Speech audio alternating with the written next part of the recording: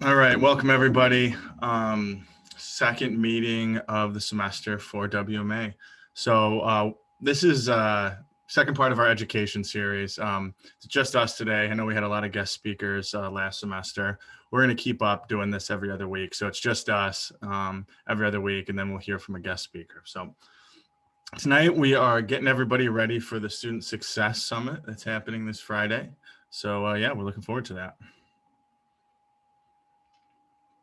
Can I get a thumbs up? You guys can see my screen, right? The announcements. Sweet, appreciate it. All right, so to kick things off here, I want to mention the Spartan Journal podcast, which is now underway. So if you guys are on our email list, you got the link to that yesterday. That is the half of our Spartan Journal team that we don't get to hear at our weekly meetings. So that is Jake, our editor, Nate Jefferson, and Matthew Mancini, and myself. We cover our weekly stories, and then we cover kind of like a topic in the news. So what else? We talked about GameStop this week and what just happened with the short squeeze. If you guys missed that, definitely check that out. It's on Spotify, Apple, wherever you get your podcast. So with that goes the YouTube page. So we've also added a lot of things to our YouTube page. I know we watch a lot of videos right now, but we're trying to put things up there for you guys in short snippets to make sure you can stay like involved outside of these general meetings. So we have our meeting recordings on there, but we also have different clips of podcasts and then the different news stories throughout the week in case you guys missed it. And it's a great resource for all things WMA. So next thing I have in here is the WMA mentorship program. I know a lot of us here in this call are in that already, but for those of you who don't know, what we started this semester was a mentorship program where we pair up an upperclassman who is embroiled in the financial planning and wealth management program with like an underclassman, freshman, sophomore, even a junior who wants to learn more about that. So if you guys are in that category, wanting to learn more about what we do in the wealth management program at Michigan State, definitely check out our website. We have the sign up link on there, and you guys will be paired with a broad upperclassman. So I know all of us mentors, we just met briefly before this call, and it's all going well. So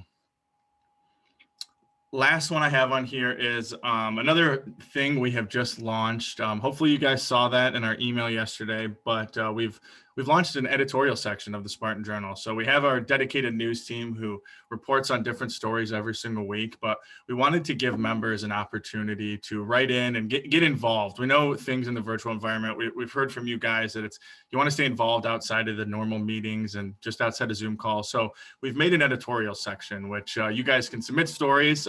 Jake, the editor, will review them every week, and then we'll have one story published with the Spartan Journal that comes out. So financial advising, as you guys are going to learn, is all about communicating and being able to write a story, even if it's a short story in the news, even if you're not going to do it for a living, is something that's very, very important. So does anybody questions about that? Yes, I do. Yeah, shoot. How do we sign up in the Google Drive? This is my first meeting, so I'm not sure. Absolutely. So go to our website, msuwma.com, and look under member resources. We've got a few links on there. The best way I would say is to click on under the member resource that says WMA mentorship program. Excuse me. There's a few other links to the Google Drive on there, but if you can't find it, just let me know after the call and I can send it to you. Okay, thank you very much. Gavin, you said this is your first meeting? Yeah, it is. Well, welcome to WMA, man. Welcome to the community. Love to have you. I'm going to drop a couple of links in the chat to connect with our page on LinkedIn so you can keep up with what we're doing. Awesome. How'd you hear about us, just for curiosity? What made you hop in here? I was just looking through, I went on, I forgot what the website was, but I just looked up like MSU clubs and it took me to whatever site it was. And then I found this one and I was interested. So I emailed you guys and then I got a response back and I just got added to the email list. So figured I'd come check it out and loving what I'm seeing so far. Sure. All right, man. Thanks. Yeah. Connect with us on LinkedIn and just keep up. Okay, cool, man. Thank you. Awesome. Appreciate it, Austin. Yeah, welcome, Gavin. We're happy to have you. Sweet. Any more questions real quick before we go on? If not, always feel free to reach out to us. So the Student Success Summit, this is something I wanted to highlight again real quick for anybody who doesn't know all the details of that. The first annual Student Success Summit is taking place this Friday. Something that's really cool. It's something that we've been very involved in here at Michigan State. And one way to think about it is it's a conference for financial planning students by financial planning students. So all of us here or a few of us here at WMA have been very involved getting all these guest speakers. And at the end of the day, we have a virtual career fair with a bunch of different employers. So right now we have 14 different employers. I'm going to highlight those in a sec, but this is a great opportunity for anybody looking for internships. Couple of things I wanted to highlight on here is, kicking off the day at 9 a.m., we have downtown Josh Brown from CNBC's Halftime Report, the CEO over at Holtz Wealth Management. We're really excited to have him. He's an awesome guest, and Costa is actually going to be hosting that session at 9 a.m. So guys, definitely go check that out and come with some good questions. Costa, do you want to say anything about that? Yeah, I was just going to reiterate, make sure you come with questions if you do plan on attending. I have a list of them. And like Justin said, I'll be hosting, but I really want it to be driven by you guys and people that are a little bit less experienced than me. And I want you guys to come with some questions for him. And he said that he's going to do a quick little intro and I'll ask him about his background to kind of get it started. And then we're just going to open it up. So like I said, I have a list of questions, but I'd rather not use them, if that makes sense. So make sure you come with questions.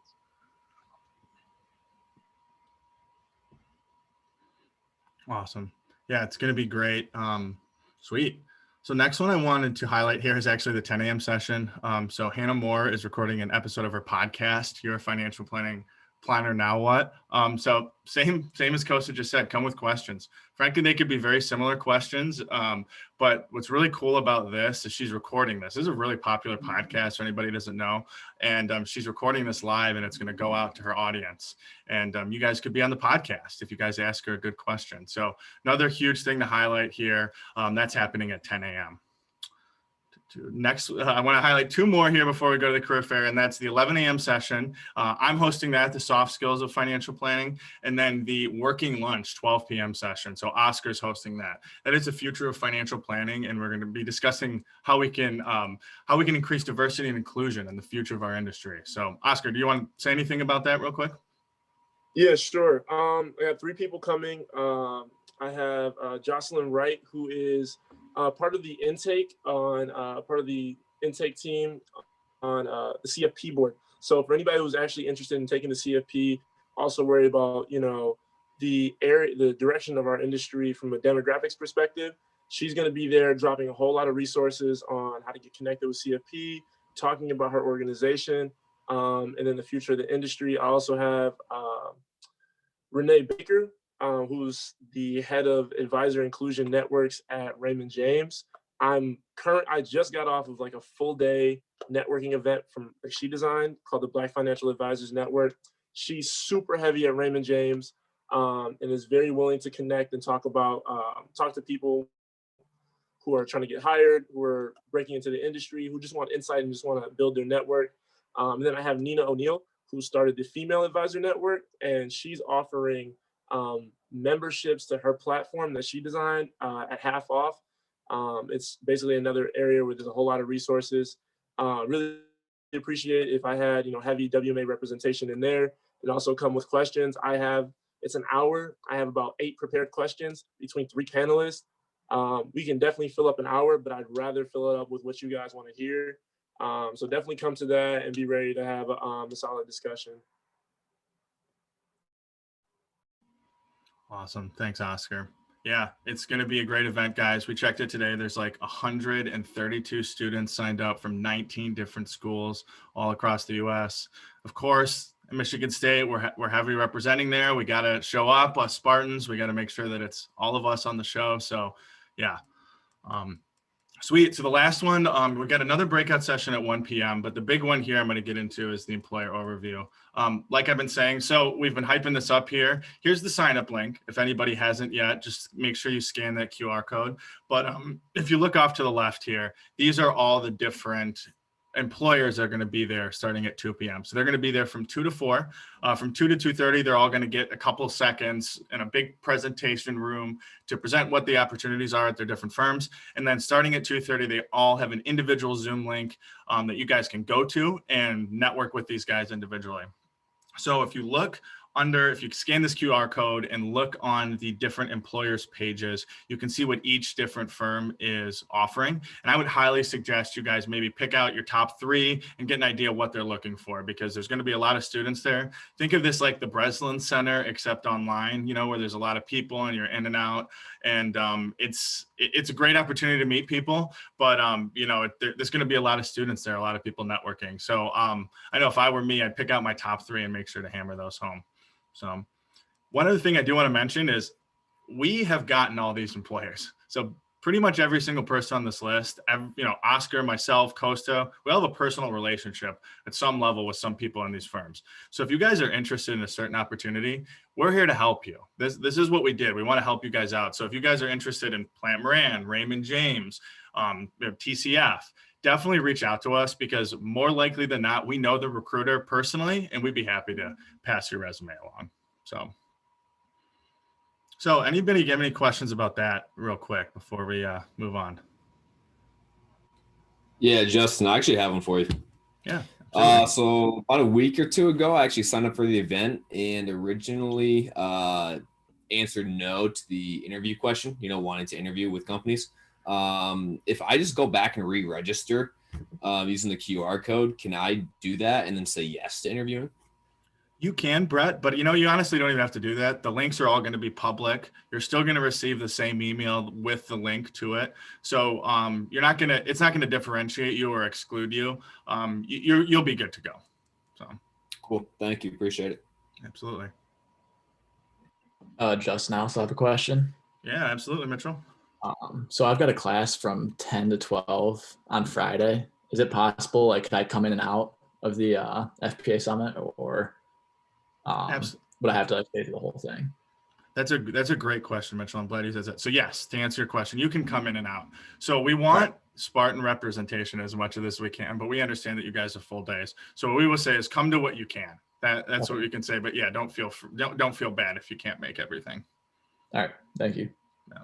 So that's something too I want to stress is this is a totally free event. I know I've said this before, but if I haven't said it on this call, this is totally complimentary. It's free online. You don't have to pay for anything. And like we said to Mitchell here, you can pop in and out. So we really, really want you guys to come what you can. This is the first year. And yeah, Costa, do you have anything? Yeah, I was just going to add too, if you're planning on interviewing, this kind of goes without saying, but make sure you come business professional. This is it's like a career fair basically. And I'm not saying you have to be camera on the whole day. I mean, that's a little bit of a stretch, but if you're going to interview, you should definitely have tie for guys, and you guys know it, but just wanted to make that point. Thank you. That was a good point too. Thank you. Sweet. Any last questions here? Awesome.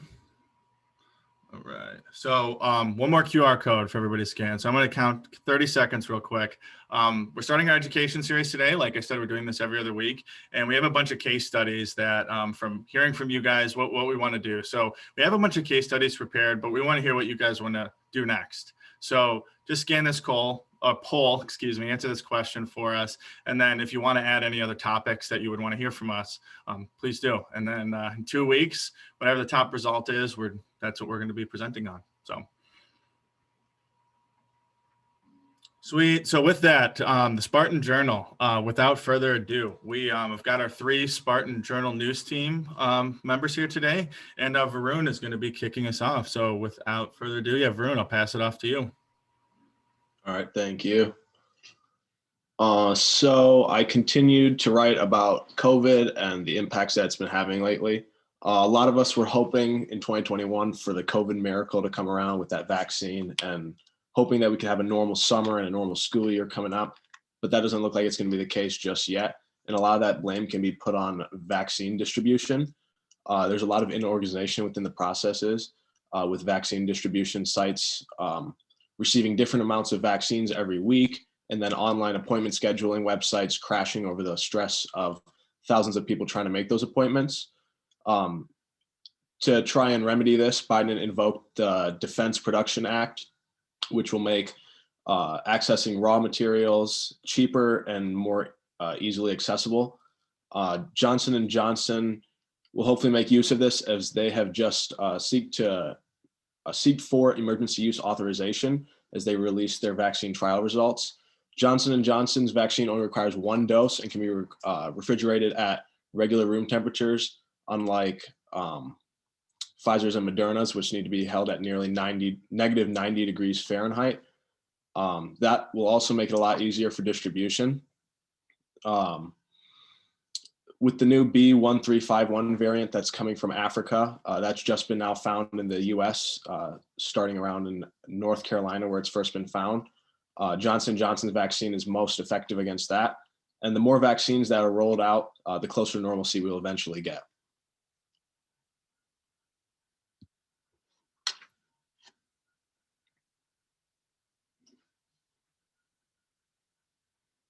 Oh, my bad. Okay, so I'm going to be talking about a little bit about the cryptocurrency market and some of the big players involved from like 2020 to now. So to start off, Bitcoin had a really interesting journey filled with a lot of volatility throughout 2020. In March, it actually dipped below $4,000. And at the beginning of January, it surpassed 40,000. And somewhere along this ride, institutions began to take notice. So Grayscale is definitely the biggest player in terms of institutional exposure to crypto. In 2020 alone, their assets under management increased by more than 10 times. And they reported that in the third quarter alone, 81% of investments into their Bitcoin fund were institutional. And most of that 81% was from pension funds who were looking to track Bitcoin, but they didn't want to invest directly and it was a little less risky. And JP Morgan actually believes that Grayscale is spending upwards of $1 billion a month on various cryptos. So institutions and retail investors aren't the only groups that are getting involved. At the beginning of the month, Stellar Development Foundation partnered with the government of Ukraine and made Stellar Lumens their national digital currency. And Ukraine believes that virtual assets will play a huge role in the economy of the future. And then on the other end of the spectrum, Ripple and two of their executives were sued by the SEC at the close of the year. And interestingly enough, Stellar actually started on the same network as a branch of Ripple. Anyways, the SEC claims that they raised over $1.3 billion through an unregistered ongoing digital asset security offering. And basically they believe that since XRP was never registered, investors didn't have access to information that was relevant for due diligence. So based on the growth the cryptocurrency market has seen throughout 2020 and the different players getting involved, whether it's new retail investors, institutional investors, or even government entities, I think we'll continue to see the gap between crypto and traditional investing get smaller and smaller as time goes by. And that's all I have, and I'll pass it to Nick. So this week I decided to write about the Federal Reserve and their decision to keep interest rates near zero. So recently the Federal Reserve met and they pretty much discussed their decision to keep interest rates near zero and their plan to continue buying large amounts of bonds. And with interest rates near zero, it pretty much means it's cheaper to borrow money so you can make bigger purchases like taking out loans or taking out mortgages. And these interest rates, they have been near zero since the start of COVID or March of 2020. And they probably won't be going higher anytime soon, or at least until the pandemic is over or the economy starts to boost back up again. So now I'll pass it back over to Vincent. Awesome. Thanks so much, Nick. All right. So this is our Careers in Financial Planning and Wealth Management education series, like Justin said before. Next slide, please. Cool. So, so what is financial planning? So obviously, if you guys have taken finance, you have a pretty general idea about what this is. But to quote this, is evaluation of your current financial condition, a summary of your goals, and a roadmap to help you get from the present to your financial future you want. So to kind of expand on that point right there, everyone is different. Everyone has different kinds of like situations and financial goals and stuff like that. So the goal of a financial planner is to take those person's goals and to make them obviously as realistic as possible through different types of accounts, such as like Roth IRAs or IRAs or 401ks for retirement, stuff like that, or 529 or education accounts for their kids to save up for college funds, stuff like that. So it's all about what kind of situation you are in as an individual, and your financial planner is going to help you get there to achieve those goals. So the comprehensive financial plan, as I kind of mentioned before, so you have all these sections within a comprehensive financial plan. So you got retirement planning, you got college planning, estate planning, tax planning, investments, the list goes on. Insurance planning, that can cover stuff like life insurance, estate planning, and college planning, like I said, the 529s and stuff like that. Accounts like that will help to set up accounts for your kids when they go to college. Retirement planning, the Roth IRAs, 403Bs, 401ks, all that kind of stuff, and cash flow planning. And also, something that's not mentioned here in the comprehensive financial plan is also a budget that a financial planner can help set up for you to help allocate your income to different parts of your financial plan. And yeah, next slide, please. So what is wealth management? Wealth management is a high-level professional service that combines financial and investment advice, accounting, tax services, retirement planning, and or legal estate planning for one set fee. So this is really good if you don't want to like count on one firm to do your investments and count on one firm to do your taxes. This all does it for you, which is really, really nice. If you just to keep it nice and simple for you as you're doing your taxes and your investments and all that kind of stuff, you can have different professionals within the same organization help you. And that also helps the people working within the company because they can help you by collaborating with the other professionals in that organization to help you achieve those financial goals and to help manage your finances effectively. Sweet. Awesome. Thank you, Vincent. I think those slides are so important. I'm going to give us our podcast a shameless plug here. The first episode we had on was Professor Schiestel. And the first question I asked him was, what is the difference between financial planning and wealth management? If you guys are interested, definitely go listen to that, because I know I had no idea what the hell it was until I became a junior in the Broad College of Business. So sweet. So next thing here is licenses and certifications. I kind of put these into two buckets here. The three on the left I'm going to focus on, and then the three on the right. I'll start there. So all the series license on the right. As college students, especially as freshmen, sophomore, juniors, I wouldn't worry about those as of right now. What series license you guys get really depends on the firm you go. If you end up at an RIA, if you end at a brokerage firm, if you end up at a family office, we're going to get into those. But the series license, it really is very contextual and specific to your job. So the reason I'm saying that is the way I approached this, these three designations on the left, these are things that anybody can start thinking about as a college student, from freshman all the way up to a senior.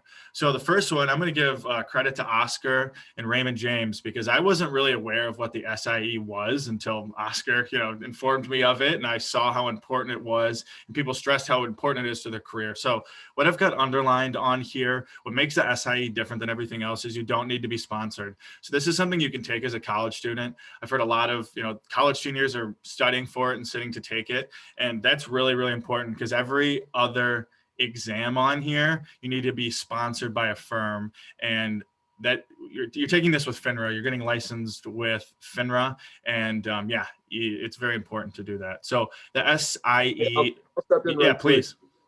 For all those who don't know, FINRA is the regulatory organization for a lot of financial services companies.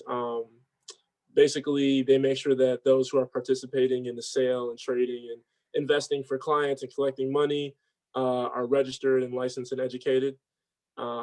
Specifically to the SIE, I would honestly say if you guys are trying to look attractive to a company, especially very early, and you're having a hard time filling up your resume, that right there will take you to the top of the stack immediately. Like, no questions asked. you're at Michigan State, you don't feel like you're at a target school, you have the SIE, some kid who's at a target school who doesn't have it, you guys are on the same, like, and I know that kind of sounds like, all right, whatever. But I'm taking this exam. This exam's a bitch. So I would definitely invest your time into going ahead and looking into that if you're serious about being attracted to companies. Yeah, thanks, Oscar. I can't tell you if everybody sat in on those meetings in the fall, we had at least 3 or 4 companies say that exact thing, that if I see you have the SIE, your resume is going to the top of my stack. So the other 2 here are fantastic. CFP, that's the one we talk about a lot. So that's the program we're all in. This is the exam that I'm going to sit for here. I know a lot of us seniors are going to sit for. The way to think about that is it's the gold standard in financial planning. The CFP, you're held to a fiduciary standard. We're going to get into that in a second. But if you're thinking about going into the advice business, the client-facing business, getting the CFP at some point is really, really an option, or really your only option. So the other one here is the CFA. So that one we're not going to focus on as much, but that one is also a gold standard, and it's great in the wealth management industry. So CFA is focused on investments specifically. That's not something I really plan on getting into. The way it's described, is the CFP is very wide versus the CFA, which is very deep. But the reason they're all on here is they're all, the top of the top. Like Oscar said, the SIE is great for us college students, and the CFP and the CFA. When you're out there in the real world, these are the designations that have teeth in the finance industry. So I spent a lot of time on that slide. I'm just going to briefly touch on the CFA here before I pass it over to Costa. But like I was saying, the CFA stands for Chartered Financial Analyst. If you guys are familiar with the Investment Association, a lot of them are probably going to go on, or at least they think they're going to go on and become CFAs. There's 3 levels to the exam. Everything I've heard, they're very difficult all the way through, each of them 6 hours. And you need to complete them in a certain time period, or you have to go back all the way to the beginning. So CFA, think about investments. That's what I would think about. So Costa, I will pass it off to you. Yeah, cool. Hopefully everybody can hear me. Just stop me if you can't, or somebody jump in. So Justin talked about the CFA, and like he said, that's very, very thin, very deep. It goes right into investment management and security analysis. The CFP is a little bit different, so that's going to cover a wide range of topics, but very, very, very shallow. So you might have questions on that exam about investment planning, but also tax planning, risk management or insurance, education planning, estate planning, all those things that Vincent talked about earlier. As you can see from the slide, you got to, there's basically 4 E's with the CFP. So the first E is the education program, which is Michigan State basically fills that. If you're in the program, you take a certain classes and that fills the education. Next is the exam. So that's pretty self-explanatory. You sit for the exam, you pass it. The next one is experience. You have to work in the industry for, I think it's 3 years, right? I'm not sure if it says in there, but I believe it's 3 years. Or if you're like in an apprentice role, it's 2 years. And then the 4th E is ethics. So you can't have any major ethics violations like, embezzling money from companies or stuff like that. So those are the 4 E's. And then you will become a CFP. Let's go next slide here. Okay, so let's do a quick industry overview. We talked about certifications. We talked about what is financial planning, wealth management. I want to talk about the different types of firms that you could potentially work for. So let's go right down the list here. We'll go RIA. That's a registered investment advisor. They're held to the fiduciary duty or standard, and they have to register with the SEC. So all firms that are registered with the SEC are held to the fiduciary standard. And these are going to be firms like Plant Moran, a little bit less known, so they're not going to be like a Fidelity or like a broker dealer like Merrill Lynch. They're a little bit less known and they're a bit smaller. But the main point that I want to get across here is that fiduciary standard. The broker dealer and the wirehouse, they're going to handle a lot of, like it says, buying and selling securities. These are the more well-known: UBS, Merrill, JP Morgan, I think, is a broker dealer, if I'm not mistaken. But these are the ones like that are on TV a lot. If you watch CNBC, they run their commercials on CNBC. And then finally, you got the family office, and this is going to be really, really specialized. These are for very, very high net worth clients up into the multi-million-dollar clients. And basically what a family office does is it runs the entire, like all the finances for the client. So they'll pay your bills. I mean, not our bills, but they'll pay the client's bills. They'll handle their investments. They'll do their estate planning, all those things that Vincent touched on, but just in a much more specialized way. And they might only have like, maybe 50 clients total, or maybe even less. So yeah, and then these are just some examples of some employers which you guys can look up, but we'll get into that later too. Let's go next slide. Hey, Costa, do you mind? Because you mentioned the fiduciary standard. I don't know if we like went in depth on what that, not in depth, but like what that actually means. And oh, here, never mind, it's right there, fiduciary.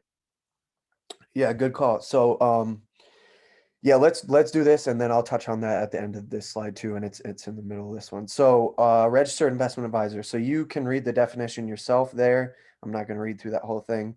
But just the key points that I've listed down here are fiduciary, the fiduciary standard, which means that the advisor or the firm has to act in the best interest of the client, even if it conflicts with their own interests. So what that means is you can't, it's not based on what's going to make you the highest commission. It's based on what's best for the client. So there's a little bit less selling there because you really only have a couple choices. Registered, we touched on that. They're registered with the SEC and abide by all the rules and regulations, including the fiduciary standard, which I mentioned. And then another quick point about RIAs is that oftentimes they're fee only, which means that they'll take a client's investments. So say you have $2 million with that you want managed. So that would be AUM, assets under management. They'll charge you just one set fee, and then you for everything that they do. So they'll charge you that fee for all your different areas of financial planning that Vincent talked about. And then here's some examples of some RIAs. These are some of the bigger ones aside from Altair. But Plant Moran's very popular. Everybody should know Plant Moran if you go to MSU, since they're in here like every week, basically. Aspirant, I think that's how you say that. That's out in LA.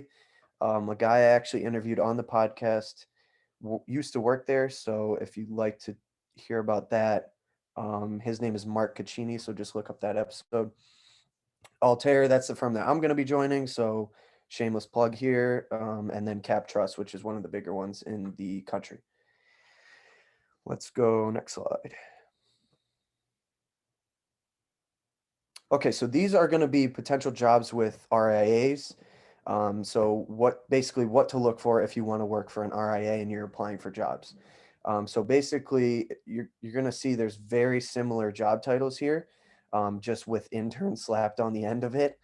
So basically, like when I interned with Plant Moran, I was a financial advisor intern. You might be a client services intern, which means you might be doing some of the back office stuff. You could be an IR intern. That's going to be more specialized in the investment research portion of the RIA. So for example, Plant Moran has their own investment research team that just looks at the markets. And if that's where you want to be, that would be something to look for. I will say too, we touched on the CFA. That's going to be where the CFA comes into play. So if you're looking to go into investment research or any type of like really into the market, like paying attention to the markets, what's going on there, you should definitely check out the CFA because that's going to take you places basically. Entry level positions, basically just chop off the intern piece, and that's what to look for. So if you're a senior this year looking at entry level spots, take a look and make sure it says something along those lines. I think that's it for me, right, Justin? Yep, I appreciate it, Costa. Okay, for sure. Great. Yep. Thank you. So I'm gonna cover broker dealers here real quick. This was good for me. I'm glad that I drew that card because I actually didn't know much about broker dealers. So the big point, I guess I'll start with the definition, is broker dealers are equipped to offer a full range of investment offerings that can go far beyond the mainstream of vehicles such as hedge funds and annuities. So when you're thinking about broker dealers, like Costa said, these are the guys you see on CNBC, they can offer you hedge funds. They can offer underwriting for IPOs, initial public offerings. They can offer a lot of things that come with being a big firm. So when you think about a broker dealer, so the word wirehouse, I guess I just looked that up. It's kind of an old term. They call them a wirehouse because that's what you used to have to do, is call them on the old wire. But broker dealer, wirehouse, when you see those, they're the exact same thing. Basically what you want to think of is these are these big firms that can be hooked up to a bank or something along those lines. What they are is they're not quite a fiduciary. The way to think about them is a financial intermediary. So it's the entity that acts as the middleman between two parties. The big words you want to look for when you're looking at broker dealers is registered versus independent. In our field of finance, we'll just say it, there's a lot of words that get thrown around. I find myself on Investopedia all the time. So registered broker does not mean that they're registered with the SEC. Registered broker means that they are registered with a firm specifically. So if you think about insurance, like a captured agent. So if you're registered with JP Morgan, that means you're only licensed to sell JP Morgan products versus an independent broker dealer. So JP Morgan's actually a really bad example because they are exclusively independent. So JP Morgan broker, if you go work for JP Morgan Wealth Management, you can sell JP Morgan products and you'll actually get a commission if you sell them, but you can also sell products from other firms like Fidelity and Vanguard, stuff like that. So key point here is look at registered versus independent. Registered brokers can only sell products from the firm that they're from versus independent, kind of self-explanatory. Yeah, so Robinhood's been in the, who are in the news lately. So that's another one I could have thrown up here. Costa, you got something? Yeah, I just wanted to kind of contrast this, and I know I kind of forgot to touch on the fiduciary standard that Oscar reminded me of. But so when Justin says that these brokers are registered and they can only sell products from certain firms, that's where the fiduciary standard comes into play. So if you're with an RIA, you have your kind of pick and choose from all these different products from all these different firms. And those might be more suitable for your client than, say, if you're with a Merrill advisor who can only sell you certain products, and those might not fit your situation as well, and that might not be held to the fiduciary standard. So basically what I'm saying is RIAs have a little bit more, if you guys know, like the Porter's Five Forces thing, they have a little bit more buying power or supplier power, whatever it is. I forget what it is, but yeah, they have a little bit more options. Love using management 409 terms. Thanks, Costa. Yeah, that's pretty ridiculous, huh? Sweet. That being said, like I know I'm going to go work for an RIA. I do want to say brokers are very important. They provide liquidity in the market. And long before RIAs came along, brokers were the only way for people to get financial products. So I know the CFP, we lean toward RIAs. I'll just come out and say it. But brokers are very, very important and provide a very, very necessary skill in the marketplace. So there's some great brokers you can go work for. I've put some up there. I put the three big names I'm sure you guys recognize: Fidelity, Merrill, and Raymond James. But I threw another one up there too, to give an example of an independent broker dealer. So this one, Prospera, I just Googled them today and found them. They're an example of a boutique broker dealer. So this is a small broker dealer that has a relationship with a big firm. I believe it was Morgan Stanley. So they can get you deals on Morgan Stanley type products, but they also have the ability to give you anything else, kind of like an RIA would. So what are the potential jobs? If you're going to look on here, a lot of the same thing as RIA. What I want to hit on here is, again, in our business, terminology gets thrown around a lot and people like to twist words. I'll just say it. So the important thing, what I would do is first look at the firm and then look at the kind of jobs that they're offering, because the main difference, what you're going to see on any of these, is the client facing versus the back office kind of side. So financial advisor intern, wealth management intern, those are going to be client facing things, trust intern. But if you're looking at maybe something like an accounting, rotational, or investment research, like Costa was saying, that's going to be not client facing. That's going to be more focusing on the markets and stuff like that. So, a lot of this stuff is the same as we'll see with family office, but yeah. So I'm going to pass this over to Vincent, who's going to tell us about family offices. Sweet. Thanks, Justin. So yeah, family offices. So like I was telling everyone before about the about kind of like what wealth management financial planning is. This is kind of like that on just a much deeper level because you're dealing with a lot of assets here. Like was alluded to before, these firms don't have a lot of clients. 50 actually might be a stretch when it comes to the number of clients that these types of offices have. However, like you might imagine, because these are very high net worth individuals, they have lots of assets. They have lots of different types of strategies that they need to take to tackle those assets and help them grow as much as possible. These firms have a lot of assets under management.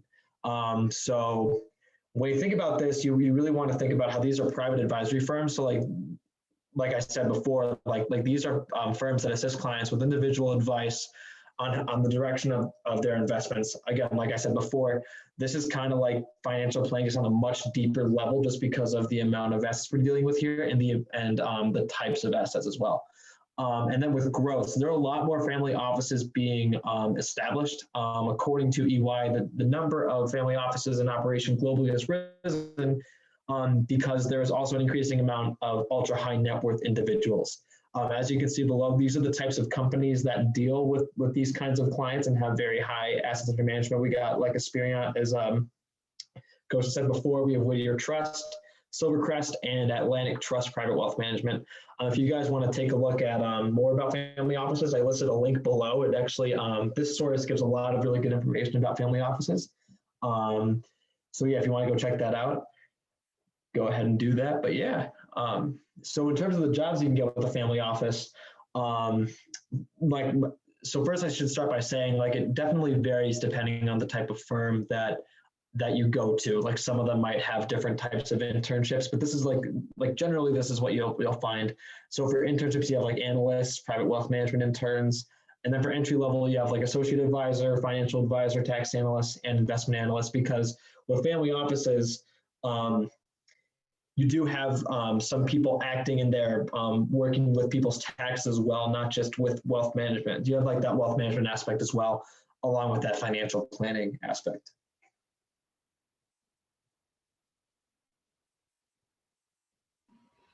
Vincent, you got this one, or do you want me to take care of this guy? Oh yeah, yep, I got it. Sure. So where can you find a job in wealth management? So like I said, virtual career fairs, Student Success Summit, really great opportunity. Another shameless plug for the Student Success Summit. That's a great way to find jobs in wealth management, networking. Another great way to do that, again, with events like the Student Success Summit coming here, networking with our guests that come here in the Wealth Management Association. The WMA job board, we post jobs there pretty frequently. I don't know how it is right now, but usually at the beginning of the fall semester, we have a ton of opening positions. And along with that, there's the FPA of Michigan has different job postings that they have, if I'm correct, right, Justin? I think that the FPA, something like that, they have with employee openings and stuff like that, employer openings. Yeah, so on the FBA website, we've got that under our member resource folder if you guys want to look at that. Yeah, and then our job board, sorry, Vincent, just real quick. So we've got 9 opportunities on there right now. They're all hot leads, you could call them. Like all these people have reached out to us and asked to put them on there. So by the way, I saw we had some on there, Synergy Financial. I'll say this right now. I didn't really quite realize what it was. That was a sales job. I'll say that it's not a wealth management job. It's a sales job that's been taken off. My bad. I didn't do my due diligence. They reached out and asked us to put it on there and I just didn't. So that's off there. If anybody reached out to them, great job, great opportunity, but not quite wealth management. So anyway, Vincent, yep. Sorry, back to you. Yeah, no, thanks, Justin. So yeah, continuing on, Handshake and LinkedIn, guys, LinkedIn is an amazing resource to connect with people. Like you can filter other people's like you can filter the people who you're looking for based on the company, based on location, all that kind of stuff. Really find someone who is in the position that you're looking for. So LinkedIn's a really powerful tool for that. Handshake is the same way. And yeah, strong profiles make a huge difference. Like even just the addition of a profile picture can make your profile look a lot more strong than other people's profile. And like really just taking the time to like fill it out, listing your experience, listing what you want to do, what your goals are in your bio, all of that kind of stuff. Like that's all stuff that you can do to really stand out from other people. And that will give them a good first impression when you go out to network with them. And then Glassdoor is another really good resource. Glassdoor kind of gives like hence the name of the company, but like it kind of gives you like a transparent view of what the company is really like from people who used to work there. So they don't have a really biased view of the company they used to work for because with Glassdoor you can also look at salaries. You can look at the range of salaries in a particular position based on geographical location, all of that kind of stuff. So yeah, if there's any other questions that we can answer, feel free to shoot that to us now. We'll be happy to answer them. Glassdoor is like the Yelp for jobs. That's what exactly. I like to think. Yeah. So, boom. Yeah, I think questions. Boom. I'm just going to skip right here to this slide. Yeah, if anybody has questions, please shoot them out. But upcoming events. So Success Summit is this Friday, guys. Hope to see everybody there. And then our meeting next week will be with Merrill Lynch. So we were supposed to have them last semester. I know they had a conflict at the last minute, but we're excited to have them back. That's going to be our meeting next Tuesday. So with that, I'm going to stop sharing my screen. Does anybody have any questions?